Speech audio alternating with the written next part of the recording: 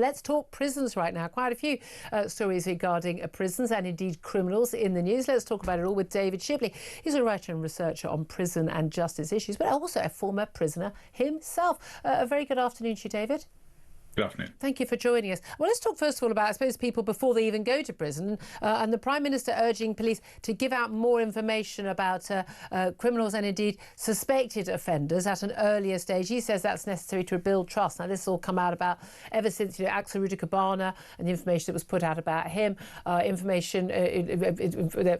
with the lack of information perhaps sparking the Southport riots last year. And then, of course, we had the situation in Liverpool where a man is alleged to have rammed his car into people during a football victory parade. And then police very quickly saying that the man that they had arrested was a white man born in the local area. We often get no information, and sometimes we get suddenly, lots of detailed information, but it does seem to depend on, often, the ethnicity of the offender. So, for instance, when we had a 12-year-old girl who was allegedly raped in Nuneaton, we didn't have any information, and so it emerged that actually the two men who were arrested and charged are both people who've arrived on the migrant boat. So is there a bit of two-tier justice going on there? I think there is. And I think what's really disturbing about this is that we know from the recent Casey report that one of the big drivers behind covering up the grooming gangs, the rape gangs, was this fear of inflaming community tensions. And we also know that asylum seekers and migrants from some countries, in particular places like Eritrea and Afghanistan, are particularly likely to be involved in sexual abuse, sexual assaults and rapes when they arrive here. So you would have thought that after the Casey review, with the investigations coming into the rape gangs and with things like Southport, the state would have learned. But you're absolutely right with the horrible attack in Warwickshire, where two people have been charged. They seem to have decided again to cover it up. We've heard that the police were briefing local councillors and telling them they had to keep it quiet. Apparently, the council leader was told that he could face, contempt of court charges if he described the identities of the men who'd been charged, which is nonsense. Yeah. Again, I did the legal training to become a journalist. There are things you're allowed to say, things you're not allowed to say, but giving this sort of immigration status identity of an offender in no way prejudices a trial. Of course it doesn't. And the police know that. And they are misusing their power and the threat of their power to lie to the rest of us. And it is lying, even if it's lying by omission in some occasions, but sometimes it's outright lying. Do you think, though, that then everyone will be listening to the Prime Minister and the Vet Cooper, the Home Secretary, who's reiterated the points today that, they should be giving information where they can? Because actually a lot of people suspect, and I'm among them, that when we had the lack of information about Axel Rudiker-Barner back of Southport, that actually this was a government, directive. They say it wasn't. I'm sorry, I don't believe a word they say. I mean, it may or may not have been directed centrally. I think one of the problems we have now is that so many arms of the state have been corrupted by this ideology. You see it in the approach the police take to these matters. You see it in how courts handle different kinds of situations, particularly the migration tribunals. So at some point, I think when the whole state is this corrupted, it doesn't even need to be directed centrally. They know what they're supposed to do. The wink and the nod, Precisely. and that there's no memo telling them this. It'll just be the score. That's why you're in that job. It's because you play along with this stuff. It is astounding, I think, to most people. But let's also talk about these claims that the prison system came within days of collapse more than once, according to an independent review by the former Chief Inspector of Prisons, Dame Anne Owers. The prison system came to a state of collapse on a number of occasions between autumn 23 and summer 24. There were even concerns, emergency, worrying concerns about during the last election campaign in 24 that they could collapse at that point, and they got to the point of having fewer than 100 places in male prisons.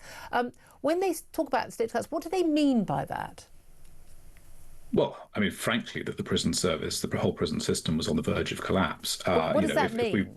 If we run out of prison cells, then someone will come to court and be sentenced to prison, and there's nowhere to send them in the whole country. Right. So then, really, there are a couple of options. You either keep them in cells at the court, or you send them to a police cell.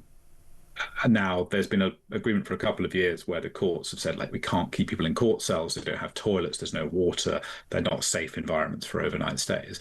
But perhaps you would have to use them. Even if you did, there's not very many court cells in the country. Each court just has a handful of cells beneath it. So they would fill up very quickly. The police cells would fill up very quickly. And then effectively, at that point, the police have to stop arresting people. And if you I'm not sure we'd notice that, to be honest with you. I'm not actually being, facetious. I don't think we'd notice if they stopped arresting people. Most police officers in this country don't arrest anyone from one year to the next. Yeah, I mean, I think it would. It's certainly, there are huge issues with how few crimes actually get solved and how many crimes get ignored. But even then, I think, if you imagine what happens if all the cells are full and someone, commits a murder. Yeah. Do we want them back on the streets? We saw early release, and we did see more crimes as a result of that. But fundamentally, there's no doubt we have a serious issue there. We need to build more prisons. Here's the thing: there's also a question about who gets put in them, because interesting press conference from Nigel Farage yesterday, and his new prison czar, effectively. This is Vanessa Frake, who's been a big friend of the show, fantastic former governor. Talks an awful lot of sense on a lot of these issues.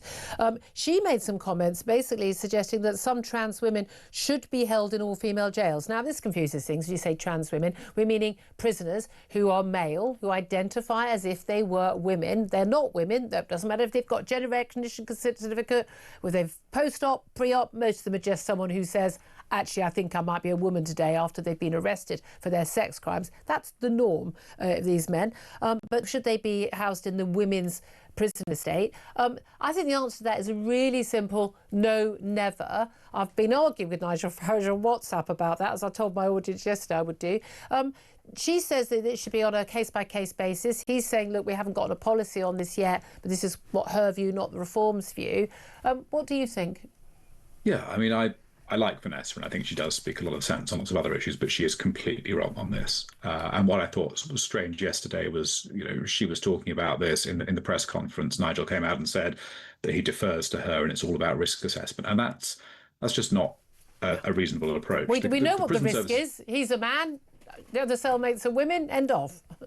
Yeah, and I think the reality here is everyone disagrees with Vanessa. So the British public opinion, if you look at recent polling, has completely shifted on this issue. 60+% of Brits don't want, men who say they're women in women's changing rooms. Yeah. They didn't poll on prisons, but it must be at least that. Well, most people don't realise there are still a few men in English prisons, in women's prisons right now, and again, completely in breach of the Supreme Court ruling back in April. Nice to hear you. You're very clear cut on that, because it really isn't something that should be up for debate with anyone at all, is it? David Shipley, so appreciate your expertise and your comments there.